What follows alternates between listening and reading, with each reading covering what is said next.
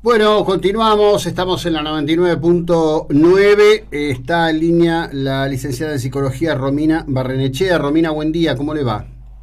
Hola, ¿qué tal? Buen día, ¿cómo estás? Bien, muy bien, gracias por haber aceptado esta conversación que, bueno, está motivada en un tema que va tomando, digamos, estructura legal en el mundo. Recientemente España ha sancionado una ley de muerte digna o muerte asistida. Hay otros países que ya han avanzado en este sentido. Y usted ha escrito un trabajo que lleva por título Suicidio asistido, eutanasia y muerte digna en Argentina. Cuénteme cuál es el marco legal a este respecto en nuestro país, porque es un tema, diría, poco expresado o poco significado, por lo menos en el plano de los medios. Sí, ¿qué tal? Bueno, te comento un poquito sobre esto. En relación a este artículo que vos decís, es un artículo que escribí hace ya un tiempo bastante, si no me equivoco fue de 2012, que fue cuando se hizo este cambio en relación a la ley, ¿no? En este artículo de lo que se habla son principalmente sobre lo que tiene que ver con la modificación a la ley 26.529, que es la ley de derechos del paciente, y enmarcado en esa ley, la ley de muerte digna, que es la 26.742, viene a modificar algunos incisos o algunos artículos de esa ley anterior que te decía. Por otra parte, este artículo también habla de tres conceptos distintos, como vos recién mencionabas, esto que se aprobó en España, si no me equivoco, es algo diferente a esto que tiene que ver con la muerte digna, porque se diferencia de la eutanasia y se diferencia también de lo que es el suicidio asistido, ¿sí? Estos son tres conceptos completamente distintos y se enmarcan en legislaturas completamente diferentes. No sé, la eutanasia, por ejemplo, tiene que ver con la muerte en sí misma, ¿no? Con el consentimiento o sin el consentimiento de la persona. Y esta muerte se va a dar a través de una acción o una omisión que acelera dicha muerte, ¿no es cierto? Por ejemplo, desde el punto de vista de una persona que está padeciendo algún sufrimiento o alguna enfermedad incurable, bueno, esto sería con voluntad de la persona desde el punto de vista de la eutanasia, pero también tenemos el ejemplo de lo que es, no sé, en Estados Unidos, por ejemplo, en algunos estados que se practica lo que es la pena de muerte, ¿no? Y en ese sentido, bueno, la eutanasia no está siendo consentida por la persona porque hay una legislatura superior que está decidiendo por él. Entonces, bueno, ahí se habla de dos cosas diferentes. Después, lo que tiene que ver con el suicidio asistido, es la persona misma la que de algún modo se quita la vida y esa persona está asesorada por un tercero o por una otra persona sobre los métodos a utilizar, ¿cierto? Y finalmente lo que nos interesa, que es lo que vos hablabas recién, tiene que ver con la muerte digna, y en este caso la persona, lo que está marcado en la ley es que la persona puede rechazar la aplicación de algún procedimiento, ¿no es cierto? Y este rechazo en realidad tiene que ver puntualmente cuando ese procedimiento sea desproporcionado en relación a la mejoría de la persona. Por ejemplo, en una determinada enfermedad, como te decía antes, donde es algo incurable, o donde ese procedimiento genere algún sufrimiento intolerable. O sea que se tienen que dar estas dos cuestiones para que la ley pueda ser aplicada. No sé si se entiende. Sí, se entiende. Me gustaría en ese sentido precisar. Es decir, hoy en Argentina, una persona que afronta una enfermedad terminal, que la está consumiendo, puede pedir una asistencia para muerte digna.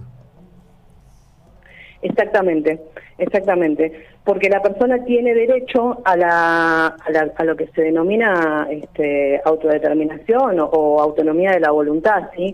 Esta ley que yo te decía, que es la 26.742, habla de estas cuestiones, de la autonomía de la voluntad y es aceptar o rechazar determinadas terapias, como bien decías recién.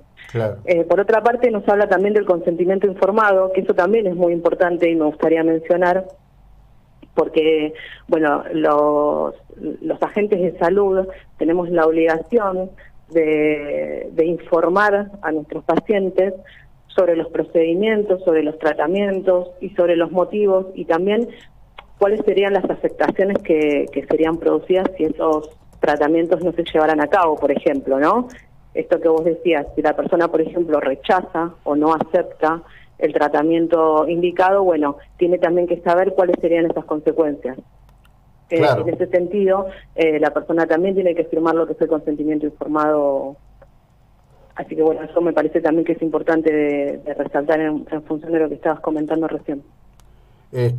Claro, sí, por supuesto, pero la verdad que cuando empiezo a hacer searching por estos temas, y ahí fue donde encontré tu artículo de 2012, me doy cuenta primero que hay muy poco publicado en Argentina y que el tema, yo creo que estamos sorprendiendo en este momento a los oyentes de la 99.9, porque esto es algo que no se habla en nuestro país, no tiene exposición pública y es una dimensión de ley al respecto de las decisiones autonómicas de la vida que es muy impactante.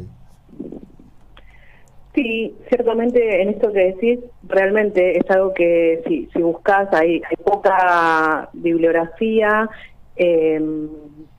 Sería bueno también quizá, es también, lo que pasa es que en realidad hay como una conjunción de leyes.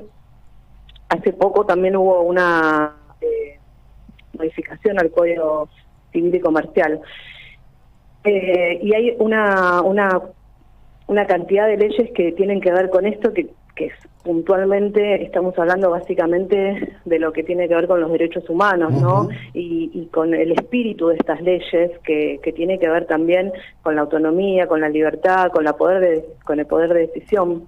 Junto con esta ley, por ejemplo, también tenemos la ley de salud mental, que también tiene en su espíritu esto de los derechos humanos, por supuesto. Entonces creo que lo que vos decís sí es cierto, no se habla demasiado en este país sobre esto, es algo más como que queda escondido, ¿no? Esto de la eutanasia parece que no podría ni siquiera ser pensado, porque como decís hay muy poquita bibliografía sobre estas cuestiones. Pero bueno, la realidad es que es muy importante que se pueda dar visibilidad a esto, porque son cosas que nos atraviesan. De hecho, una de las cosas que también dice la ley que te mencionaba es que la persona puede dejar directivas anticipadas. Eso también es importante a tener en cuenta, ¿no? La persona puede dejar expresado qué es lo que desea en caso de todo lo que hablábamos recién. Claro, bueno, es increíble, digamos, por ejemplo, ¿no? Estamos en los días, las horas de las definiciones que se han dado en torno de la ley del aborto, con todo lo que ocurrió. Sí, y estamos, de alguna manera, yo me atrevo a decir, ignorando la existencia de un marco de acciones legales vigentes que pasan como absolutamente, porque inclusive he conocido algunos casos, no de modo directo, pero referencia, dice los doctores tomaron con la familia la decisión de ponerlo a dormir, pero se dice en voz baja, ¿no? Como casi al borde de que estoy haciendo algo ilegal, cuando tenés un marco legal muy establecido en el término de lo que la ley dice a este respecto. Sí, la verdad es que sí. Esto que, aparte, vos pensás que estamos hablando, como yo te decía, si yo no me equivoco, estamos hablando del 2012, la promulgación de esta ley que viene a modificar la ley de los derechos del paciente. Y es muy concisa en lo que tiene que ver con la letra de la ley, ¿no? Donde nos indica claramente cuáles serían las cuestiones que están ahí indicadas en función de que esta ley pueda ser solicitada o solicitada no, pero que uno los pueda, estatutos de la ley apliquen. Exacto, uno pueda servirse de esta ley para determinadas situaciones. Sí. Y sí, la verdad es que sí. Que mira, en la fecha que estamos. Estás ubicada en tiempo, porque el decreto reglamentario se promulgó el 5 de julio de 2012. Sí, ahí está, sí. Claro. Bueno, la verdad que interesante, un tema para avanzar. En realidad la ley es del 19 de noviembre de 2009 y hoy pensaba en esto, ¿no? ¿Cuándo promulgará el Ejecutivo el decreto reglamentario de la ley votada ayer en el Senado, ¿no? Sí. A este respecto. Sí. Mirá vos, la ley 26.529 que regula la muerte asistida en la Argentina se sancionó el 19 de noviembre de 2009, pero se promulgó el 5 de julio de 2012. Llamativo. Lo que pasa es que estas leyes vienen, como te decía, de la mano de todas leyes que avanzan y tienen un avance realmente enorme en la ampliación de los derechos de las personas, ¿no? la ley de derechos del paciente. Vos pensás que hay un cambio de paradigma enorme en función de este tipo de leyes, porque nosotros estamos pasando de un paradigma que tiene que ver con un sistema más bien paternalista, médico hegemónico, a un sistema que tiene que ver con la autodeterminación, con pensar al sujeto como un sujeto de derecho y no simplemente como un objeto, ¿no es cierto? Entonces, el cambio de paradigma realmente es tiene dimensiones enormes, y esto que vos decís queda completamente invisibilizado. Sí, absolutamente. Hay muchas leyes que van de la mano con esto, ¿no? Sí, claro que sí. Bueno, para seguir conversándolo, te agradezco que hayas accedido a ilustrarnos sobre este tema, que debo decirte que me sorprendió muchísimo cuando, buscando documentación al respecto de la sanción de la ley de eutanasia en España, que tuvo un debate público muy fuerte y muy alto, me encontré con algo que, bueno, suele pasar, ¿no? Que uno lo tiene frente a las narices y no llega a advertir que está. Así que desde ya, muchísimas gracias, Romina, por este tiempo. Muy amable. No, muchísimas gracias a ustedes, que tengan un buen día. Igualmente, la licenciada en Psicología, Romina Barrenechea, estamos hablando de esto, de la muerte digna, y una ley que data de 2009, que el Ejecutivo en Argentina instrumentó en 2012. Estoy seguro que estás absolutamente sorprendido del otro lado escuchando y compartiendo esto. Ya continuamos.